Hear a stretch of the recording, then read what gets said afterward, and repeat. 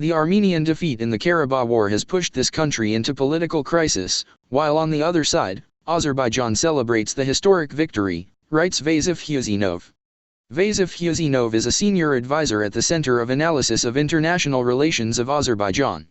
Between September 27 and November 10, Armenia and Azerbaijan fought the second major war over the Nagorno-Karabakh region and surrounding districts of Azerbaijan, which had been occupied by Armenia in the wake of the First Karabakh War in the early 1990s. The war resulted in a devastating defeat of Armenia, whose leaders conceded to sign the Russia-brokered ceasefire agreement and committed to withdraw Armenian armed forces from the Azerbaijani territories by December 1, 2020. Addressing the nation immediately after signing the agreement in a video conference with Russia's President Vladimir Putin on November 10, President Ilham Aliyev of Azerbaijan declared victory and congratulated his citizens on the restoration of Azerbaijan's territorial integrity. The war has significantly changed the social and political environment in Azerbaijan, generating unanimous public support to the government and its policies concerning the conflict. The government enjoys the support even of the oppositional forces who used to be critical of the government before the war. Hence, not only did the 44-day war restore Azerbaijan's control over the occupied part of its internationally recognized territories, but also created remarkable solidarity in Azerbaijan, which has the potential to serve as a favorable ground for future economic and political reforms. The war brought about markedly different consequences for Armenia, shocking the society who had been persuaded of the invincibility of the Armenian army and its absolute superiority over the military capabilities of Azerbaijan. The Russia-brokered peace deal was a cold shower for millions of Armenians who were constantly deceived by their political and military leadership during the war. This, on the one hand, caused a nationwide distrust in the ruling forces, on the other hand sparked a fierce political crisis. Hours after the announcement of the peace deal, Armenians stormed into the building of the parliament and lynched the parliamentary speaker. Similar attacks were reported against some other officials in the following days.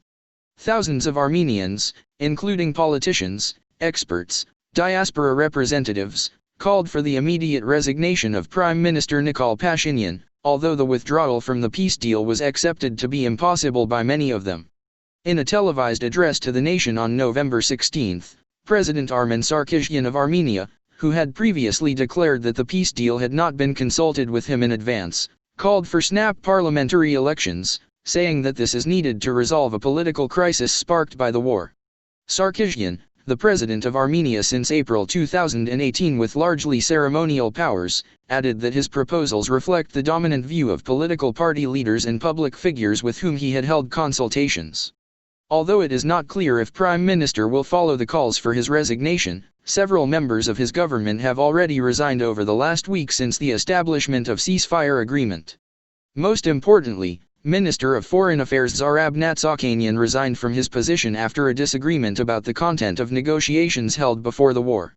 While Pashinyan told the parliament that war could have been avoided had Armenia agreed to return the 7 territories outside Nagorno-Karabakh proper, and Shusha, to Azerbaijan, Foreign Ministry denied the existence of a question of Armenian troops withdrawing from Shusha in any stage of peace negotiations before the war.